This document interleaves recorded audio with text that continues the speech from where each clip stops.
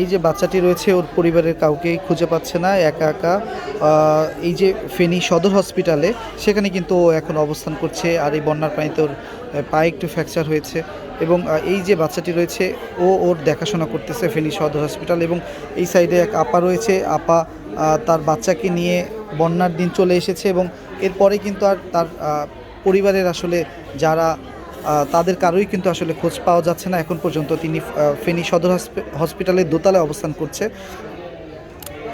তো আমরা আমাদের এসুগুরি ফাউন্ডেশনের পক্ষ থেকে একটু রুটি, তারপর হচ্ছে কেক, এগুলো যতটুকু কিনে দেওয়া সম্ভব তা আমরা দিয়েছি।